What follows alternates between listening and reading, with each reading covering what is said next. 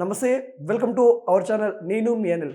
సమంత గారి తండ్రి హఠాత్తుగా మరణించాడు.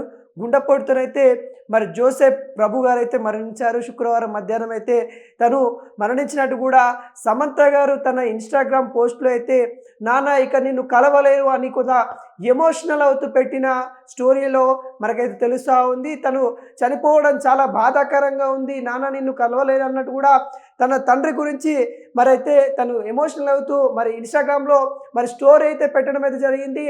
సమంత గారి లైఫ్లో వాళ్ళ నాన్న ఎంత ప్రాతిథ్యం అయితే ఉందనంటే తను ఏదైతే హెల్త్కి సంబంధించిన ప్రాబ్లమ్స్ కానీ అదేవిధంగా తన మ్యారేజ్ సంబంధించిన సిచ్యువేషన్లో కానీ వాళ్ళ తండ్రి తోడుగా ఉండి తననైతే మరి గైడ్ చేసేవాడు.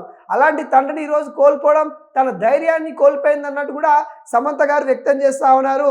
మరి జోసెఫ్ ప్రభు, నికేట్ ప్రభుకైతే మరి సమంత గారు చెన్నైలో అయితే జన్మించారు. అదేవిధంగా వీళ్ళ జీవనం కూడా అక్కడనే జరుగుతూ ఉంది. చిన్నప్పుడు బాల్యమంతా సమంత గారి బాల్యమంతా కూడా వాళ్ళ తల్లిదండ్రులతో చెన్నైలో అయితే జరిగింది. ఈ నేపథ్యంలో ఈరోజు తండ్రిని కోల్పోవడం చాలా బాధాకరంగా అని చెప్తా ఉన్నారు. కానీ సమంత గారు గత కొద్ది రోజులుగా ఏదైతే తను మ్యారేజ్ 2017లో అక్టోబర్ 7th అయితే మ్యారేజ్ చేసుకుంది. అదేవిధంగా 2021లో విడాకులు కావడము, అక్కినేని చైతన్యతోనైతే మ్యారేజ్ చేసుకున్న తర్వాత కొద్ది రోజులకే మరి విడాకులు తీసుకుంది. తర్వాత తన అనారోగ్య సమస్యలతో సమంత గారు సతమతమయ్యారు. తర్వాత ఈ రోజున తను హ్యాపీగా ఉన్న సిచ్యువేషన్లో ఇప్పుడు తండ్రిని కోల్పోవడం చాలా బాధాకరం అన్నట్టు కూడా తనైతే వ్యక్తం చేస్తూ ఉంది. సమంత గారు మ్యారేజ్ చేసుకుంటారని కొన్ని రూమర్స్ కూడా క్రియేట్ అయినప్పుడు కూడా తను చాలా బాధపడింది. ఇలాంటి రూమర్స్ ఇచ్చే వాళ్ళు ఎవరైతే ఉన్నారో కొద్దిగా అంటే తను ప్రాబ్లంలో ఉంది కాబట్టి ఈ రూమర్స్ అన్ని తట్టుకోలేకపోతానని కూడా గతంలో తనైతే మరి ఎమోషనల్ అయిన ట్వీట్లు కూడా తన సోషల్ మీడియా వేదికగా షేర్ చేసుకున్న కార్యక్రమాలు చూసాము.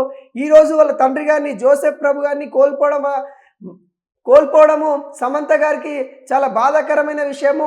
తనకి ధైర్యంగా చిన్నప్పటి నుండి మరి ఆమెకు బోధన కానీ లేకుంటే తనకు సంబంధించిన ఎడ్యుకేషన్ సంబంధించిన ప్రతిదీ కూడా వాళ్ళ తండ్రి గారే చూసుకునేది.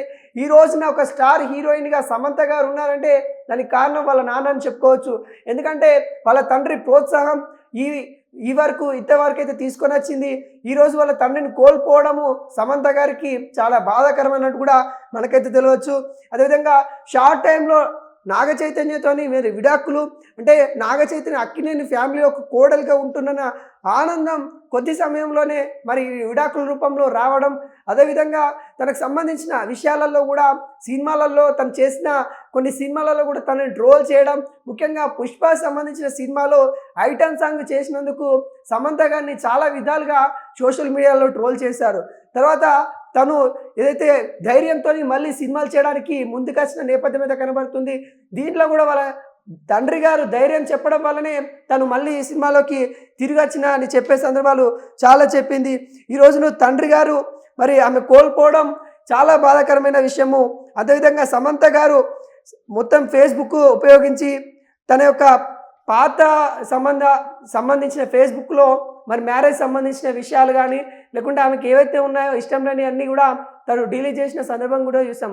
అంటే అంత పెయిన్ఫుల్ లైఫ్లో తన స్టోరీలో తన లైఫ్ స్టోరీలో ఏవైతే ఉండకూడదు అనుకునే ప్రతి ఒక్కటి కూడా తన నుండే కాకుండా తన యొక్క సోషల్ మీడియా నుండి కూడా అంటే లైక్ ఫేస్బుక్ కావచ్చు, ఇన్స్టాగ్రామ్ కావచ్చు, వాటన్నిటి కూడా డిలీట్ చేసిన సిచ్యువేషన్ చూసాం.